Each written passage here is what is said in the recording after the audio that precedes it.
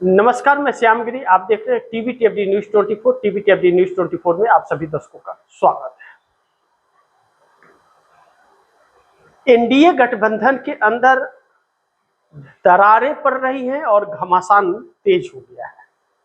Bharatiya Janata party की सरकार केंद्र के अंदर बड़ी मुश्किल में फंसती जा रही है। नरेंद्र मोदी संकट में फंस रहे हैं, लेकिन उसके साथ साथ बंगाल में बवाल जारी है। बंगाल के अंदर ममता हावी हो गई बीजेपी पर और ममता बनर्जी ने अपने आंदोलन की शुरुआत कर दी। आप यह कह सकते हैं बंगाल में आंदोलन की हो गई शुरुआत। लेफ्ट हो, सीपीआई हो, चाहे वह ममता बनर्जी हो, लेकिन बंगाल के अंदर महत्वपूर्ण यह है कि ममता बनर्जी आंदोलन तो शुरू कर दी, लेकिन उन्हें सपोर्ट की जरूरत है और वह कांग्रेस की शरण में है, यानी कि राहुल गांधी की शरण में है। ममता बनर्जी के पार्टी को तोड़ने की भरपूर कोशिश वैसे ही की जा रही है जैसे उद्धव ठाकरे की पार्टी को तोड़ी गई थी और पार्टी का सिंबल भी छीन लिया गया था। इसी साजिश के तहत भारतीय जनता पार्टी काम कर रही है बंगाल के अंदर।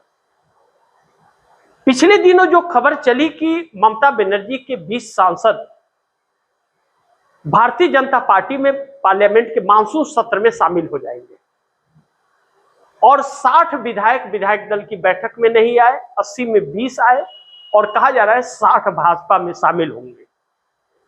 ऐसे में जब भारतीय जनता पार्टी का छिछलेदर होने लगा और नाम आने लगा, तो फिर बंगाल भाजपा के अध्यक्ष ने बयान दिया है आधिकारिक कि टीएमसी के किसी भी नेता को मैं भाजपा में शामिल नहीं करूंगा। ऐसे में यह कहा जा रहा है कि अब ममता बनर्जी के पार्टी के वरिष्ठ नेताओं पर इसलिए हमले हो रहे हैं क्योंकि अब ममता बनर्जी की पार्टी टूटेगी, भाजपा में नहीं शामिल हो, लेकिन ममता बनर्जी के हाथ से पार्टी छीन ली जाएगी सिंबल के साथ, वैसे ही जैसे उद्धव ठाकरे और शरद पवार से छीन ली गई थी। और उसके बाद में वह टीएमसी छीनी हुई जो रहेगी वह भाजपा को सपोर्ट करेगी। भाजपा को केंद्र के अंदर सपोर्ट की जरूरत है सांसदों को, और वह 20 सांसद कारगर साबित होंगे भाजपा को सरकार बचाने में। अब ऐसे में यह जो बात ममता बनर्जी को लेकर के किया जा रहा, बिहार में नीतीश कुमार को लेकर के भी और एकनाथ शिंदे को लेकर के भी यही बात। अब एकनाथ शिंदे उसी तर्ज पर आए हैं जिस तर्ज पर ममता बनर्जी के पार्टी को तोड़ने की बात हो रही है। एकनाथ शिंदे के पार्टी के अब्दुल सत्तार जो शिवसेना के नेता हैं दिग्गज, उन्होंने कहा कि भारतीय जनता पार्टी शिवसेना को पूरी तरह से गर्दन मरोड़ना चाहती है, यानी कि पार्टी को इस कदर मरोड़ करके खत्म करना चाहती है कि कोई भी उसकी हैसियत न रह जाए। हमारे पार्टी के नेता जो कहेंगे हम सुनेंगे, लेकिन भाजपा छोड़ने वाली नहीं है, पार्टी को पूरी तरह से खत्म कर देगी। इस बात पर विश्वास करने के लिए करना जरूरी हो जाता है कि पिछले दिनों एकनाथ शिंदे को जिस तरह से प्रताड़ित किया गया और एकनाथ शिंदे के नेताओं को और पार्टी को पूरी तरह से भाजपा में विलय करने की बात की गई, कोशिश की गई थी, अब्दुल सत्तार की बातों में सच्चाई नजर आ रही है। अब ऐसे में 54 विधायक और 12 सांसदों का समर्थन भारतीय जनता पार्टी को कब तक मिलेगा यह देखना बड़ी महत्वपूर्ण होगा। लेकिन ममता बनर्जी को भी उद्धव ठाकरे वाला हाल हो जाएगा और जो पार्टी तोड़ कर जाएंगे उनका भी एकनाथ शिंदे वाला हाल होगा, इस बात से इनकार नहीं किया जा सकता। ऐसे में नीतीश कुमार के पार्टी के ललन सिंह ने जो बयान दिया था, ललन सिंह ने सबको चौंका दिया। ललन सिंह ने भारतीय जनता पार्टी को एकदम आसान से शब्दों में समझा दिया कि भारतीय जनता पार्टी गलतफहमी में ना रहे। भारतीय जनता पार्टी की बिहार की सरकार और केंद्र में मोदी की सरकार नीतीश कुमार के समर्थन से चल रही है। यह बात करके भारतीय जनता पार्टी के अंदर एक भूचाल ला दिया और उस ललन सिंह ने कहा, यह बयान दिया, जिस ललन सिंह को मोदी और अमित शाह का खास माना जाता था, वह ललन सिंह अचानक पलट गए और नीतीश के खेमे में जा बैठे। यानी कि नीतीश पलट गए। ललन सिंह का पलटना मतलब नीतीश का पलटना। ललन सिंह कैबिनेट मंत्री इसलिए बने हैं क्योंकि नीतीश चाहते थे। तो अब ललन सिंह का बयान यह जो आया है वह इसका मतलब नीतीश चाहते हैं। और नीतीश कुमार की राष्ट्रीय कार्यकारिणी की बैठक इसी बीच नरेंद्र मोदी को बेचैन कर रही है। लेकिन दूसरी तरफ नरेंद्र मोदी के सबसे विश्वास पात्र नेता ने इस्तीफा दे दिया। नरेंद्र मोदी के विश्वास पात्र नेता का इस्तीफा नरेंद्र मोदी को बहुत बेचैन कर रहा है। और सिर्फ इस्तीफा ही नहीं दिया, उसने आरोप भी लगाया। अन्ना मलाई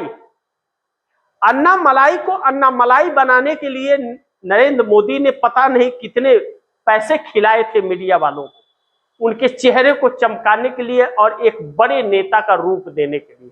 तमिलनाडु के अंदर वह अन्ना मलाई जिसके ऊपर सबसे ज्यादा भरोसा नरेंद्र मोदी करते थे, वह अन्ना मलाई नरेंद्र मोदी को एक झटका दे दिए 440 वाट का।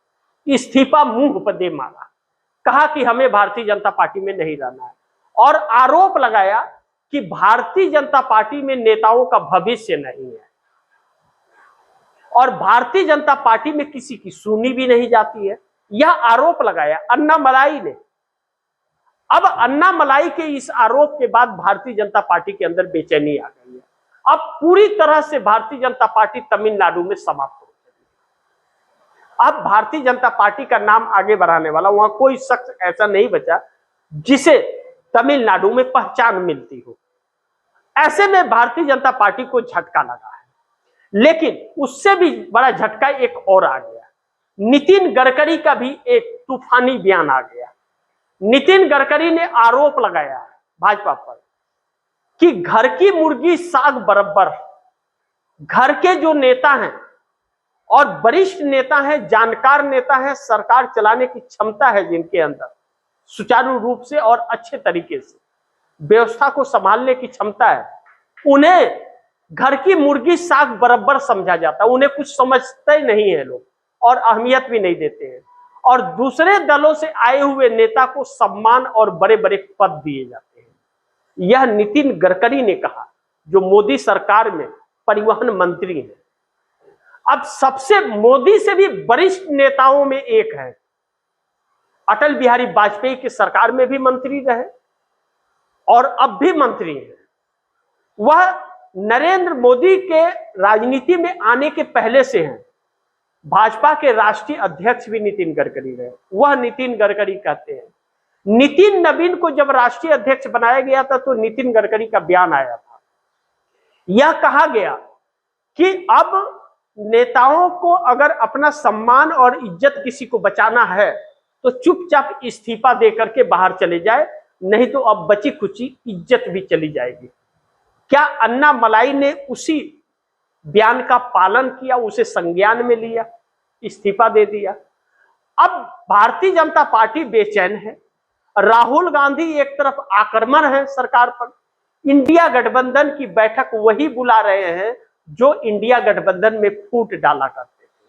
अब सभी विपक्षी दल जो क्षेत्रीय पार्टियां हैं सब चुनाव हार चुके हैं। कांग्रेस के शरण में जाकर के नरेंद्र मोदी से दो दो हाथ करना चाहती है और कांग्रेस का रुख साफ है कि हमारी शर्तों पर समझौता करना पड़ेगा और वह तैयार है, इसलिए बैठक बुलाई गई।